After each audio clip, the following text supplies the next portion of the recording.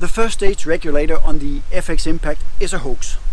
It's only made for FX to make money and it does not have an effect at all. Those are some of the comments I've seen online and I simply disagree. Stick around and I'll tell you why.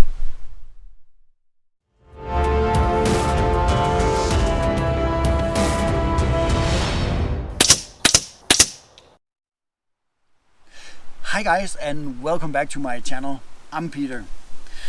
In today's episode of the FX Impact M4 series, I'm still focusing on the setup of the gun. And today's new item is the much debated first stage regulator.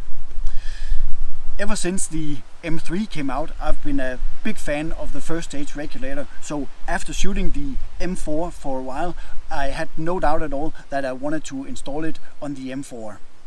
So in today's video I'll be focusing on what the first stage regulator does to the gun. And first up we'll take a look at creep. Next up we'll see how fast the regulator feels, and at the end we'll see what it does to the overall feeling and tuning of the gun. And at the very end of the video I'll go full on nerd mode and talk about regulators in general, how you build them and how to configure the springs, which springs to use and so on, but much more about that later. You are very welcome to comment on this video, but please watch the entire video before you do so. Before we start, I would like to apologize that I have already installed the first stage regulator, because it would have been nice to have done the tests both with and without it installed. But yeah, when I got the first stage regulator, I simply couldn't help myself, so I just had to install it. Let's start out by talking about creep. And when I say creep, I mean how much the pressure on the regulator increases overnight. I filled the gun yesterday, and when I arrived here, the pressure on the regulator was, as you can see, 109. And after taking a few shots, you can see here, the regulator stabilized at 106. So that's like a 3-bar increase, and that is more than respectable. And comparing that to the gun before I installed the first stage regulator, the creep was around 6 or maybe 7. So with that, there's a pretty big difference when after installing the first stage regulator. This of course has an effect when you start shooting the gun after leaving the gun overnight. So let me show you here how it performs after a full night of rest, and how fast it stabilizes. Now let's see what kind of effect the installation of the first stage reg has had on the velocity after leaving the gun overnight. As you can see, I've switched environments, and that's because I didn't want to do the test after transporting the gun into a hot car and over longer distances and so on. So I've stored the gun overnight in a relatively cool environment that's pretty close in temperature to what I have right here. I shot the gun last night, and the velocity that I ended up with was, as you can see here, 972 feet per second. So we'll see how fast it gains this velocity. Before installing the first reg, it took 5 shots to recover the velocity, starting at 946 feet per second. So yeah, let's see if the installation of the first reg has made a difference. Because the environment is a bit colder and I've avoided the transportation and the hot car and everything, I'm starting out with the reg at 108. So a slight creep as well overnight for perhaps 2 bars. So yeah, nothing nothing crazy there. So now let's see how fast the gun will recover the velocity.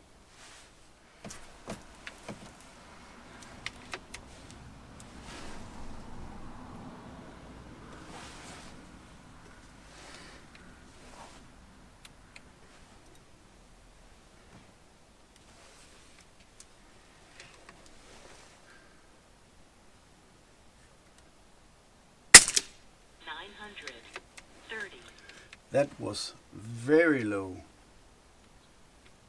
951, 958, 958, 958, 963, 967, 967, 972.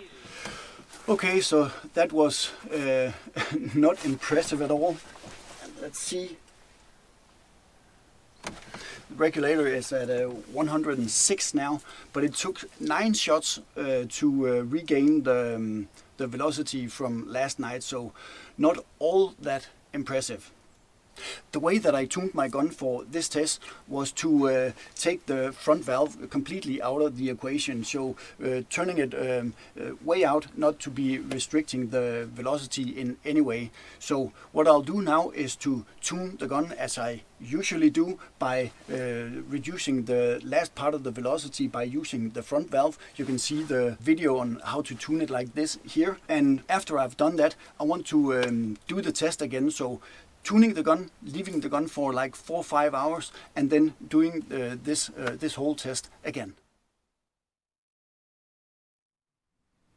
The gun's now been retuned using the front valve, and it's 4 hours later.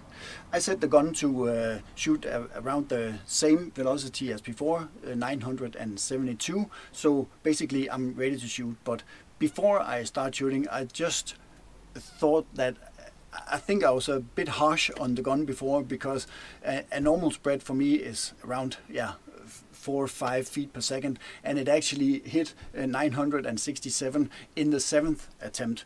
Of course, that's not super great, but anyway, it's better than in the 9th attempt. So I just wanted to clarify that, and actually shooting it at 965 would also have been good. But anyway, let's see how fast the gun will recover the velocity after a 4-hour break. The regulator is at 108, so still a 2-bar creep, if you can say. So yeah, let's see how fast it returns to around these 972 feet per second.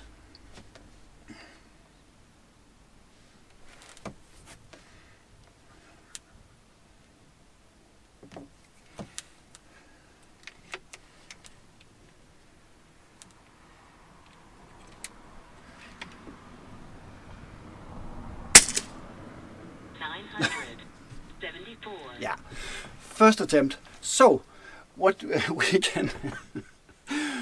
can learn from this is that if you want to avoid slow and low in the first shot, you just need to tune it like I do by using the front valve to reduce the last the last velocity.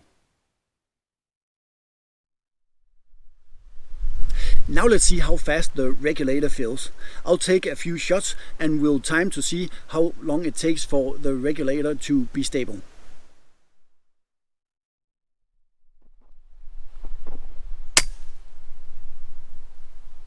What you are witnessing here is definitely not something that will make me go down in cinematic history.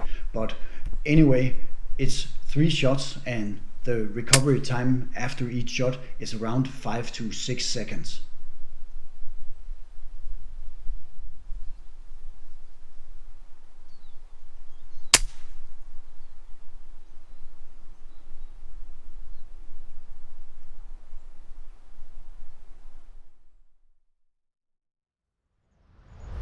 Now let's talk the overall impression of the gun before and after installing the first stage regulator.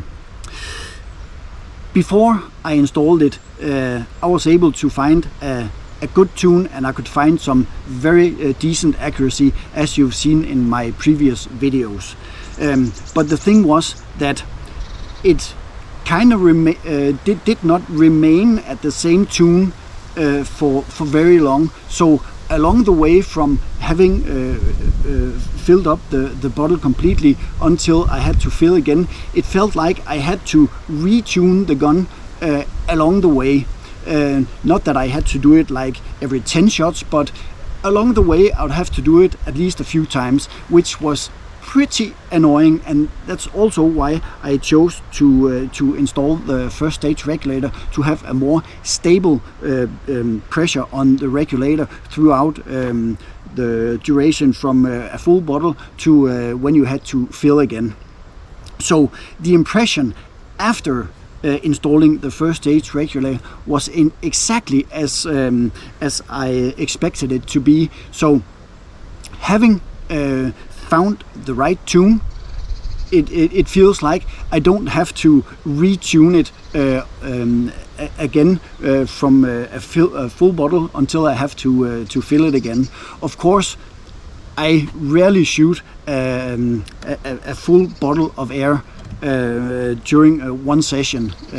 So if it takes like 2-3 days to empty the bottle, and me going back and forth, maybe having maybe 5-6 sessions over these days, there will be some differences in temperature, air pressure, and so on that will require me to retune the gun for accuracy. But the velocity remains about the same. So for that, and with that said, my opinion is that the gun has become much more consistent after installing the first stage regulator.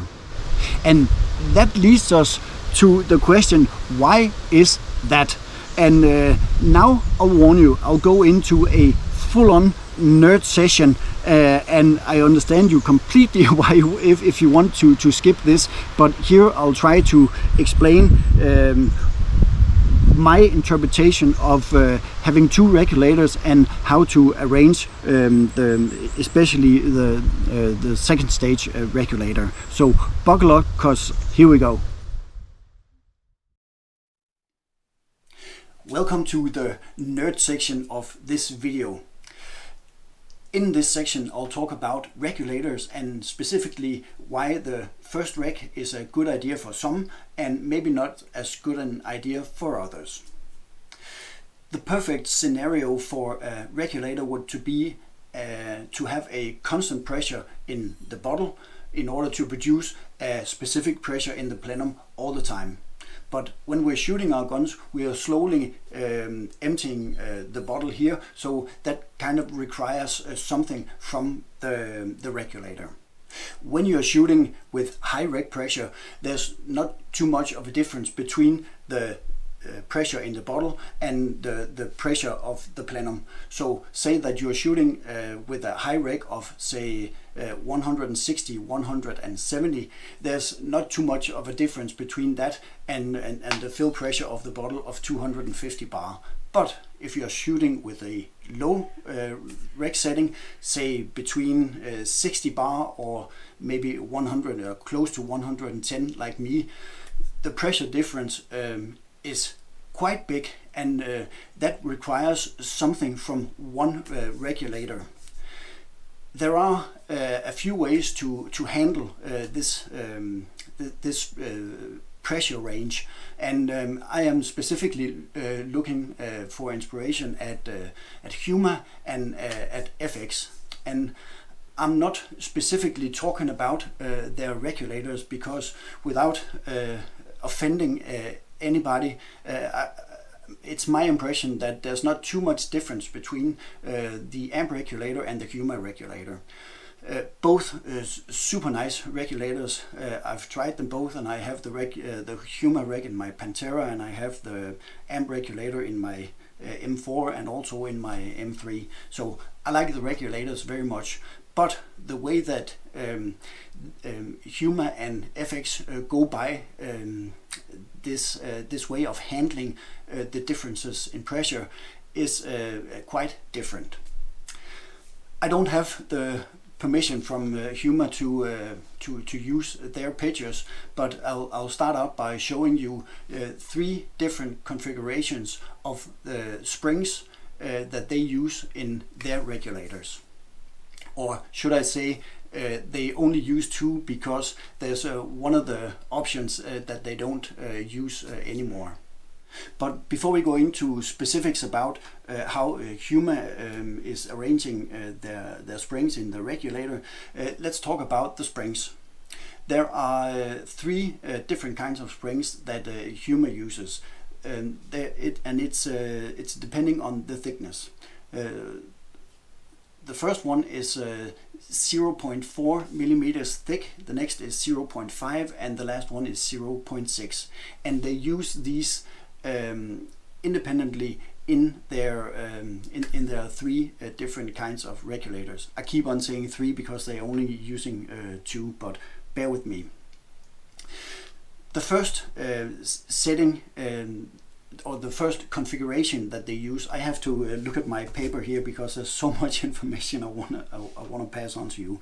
The first configuration is their extra high setting, and that's 8 springs of 0.6 millimeters in thickness, and they're configured like you can see here. This is called that they are in sequence or single stacking. This configuration will handle pressures, reg pressures between 100 and 200.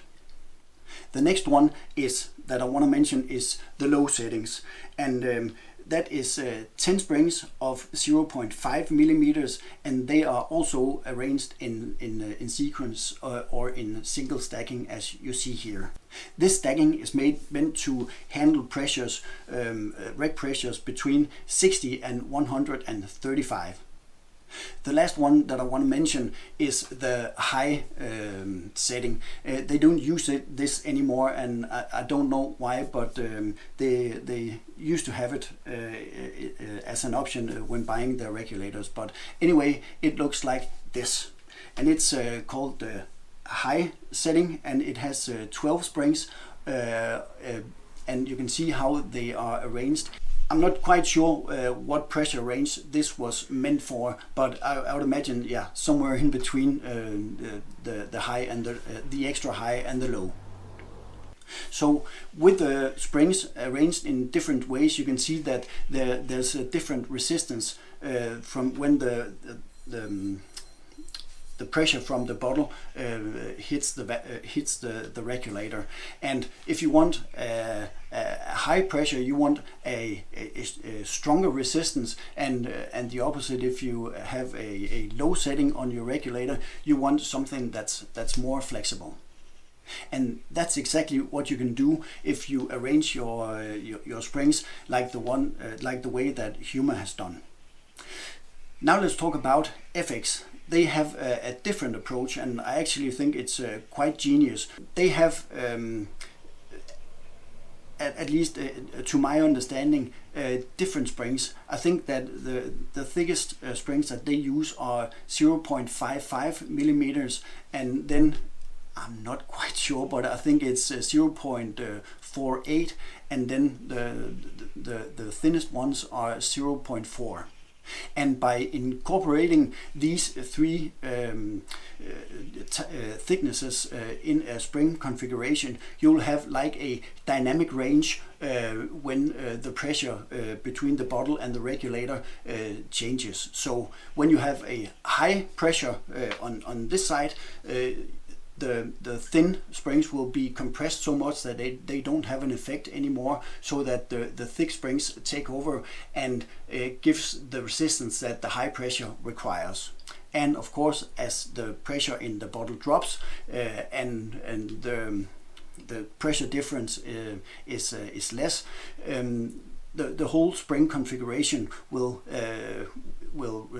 extend, and then the thinner springs will start to work, so that you'll have a different resistance at the beginning than you will have when you're close to having emptied your bottle. So if you like a configuration of one or the other kind is entirely up to you, and what kind of reg pressure that you're using. I'm not gonna lecture too much about how I have installed my springs, because I'm not. I don't feel like I'm there yet with the perfect configuration of springs.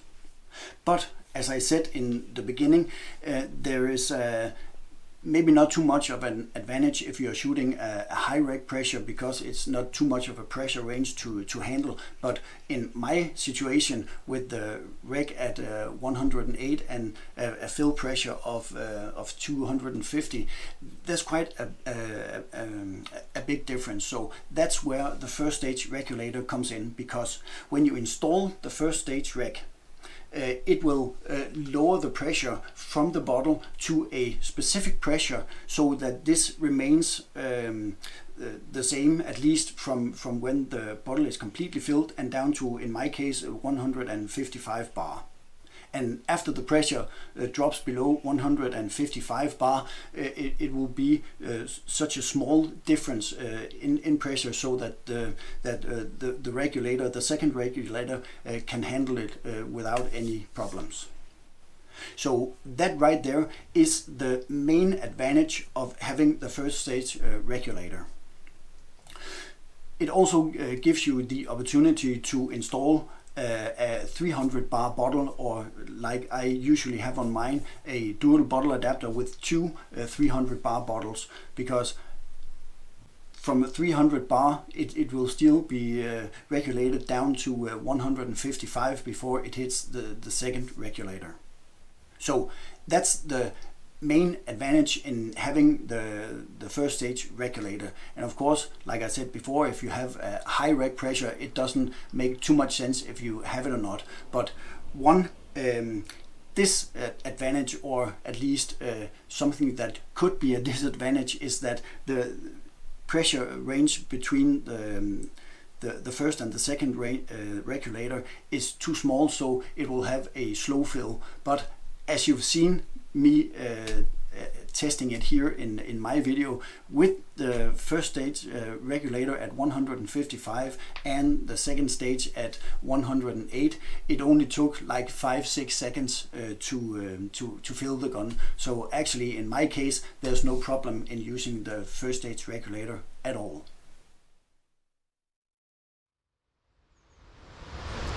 That is about how nerdy it will get, at least coming from me. But now we are closing in towards the end of the video, and for those of you who has made it so far, be sure to hit that subscribe button right down in the corner. I know that many of you haven't done it yet, but please, it helps my channel very much if you just click that subscribe button right down there in the corner. So that was the end of this episode of the FX Impact M4 series. I hope you enjoyed it, and I hope that you found it useful. So that's all I had to say for this time. So until next time, take care and shoot safe.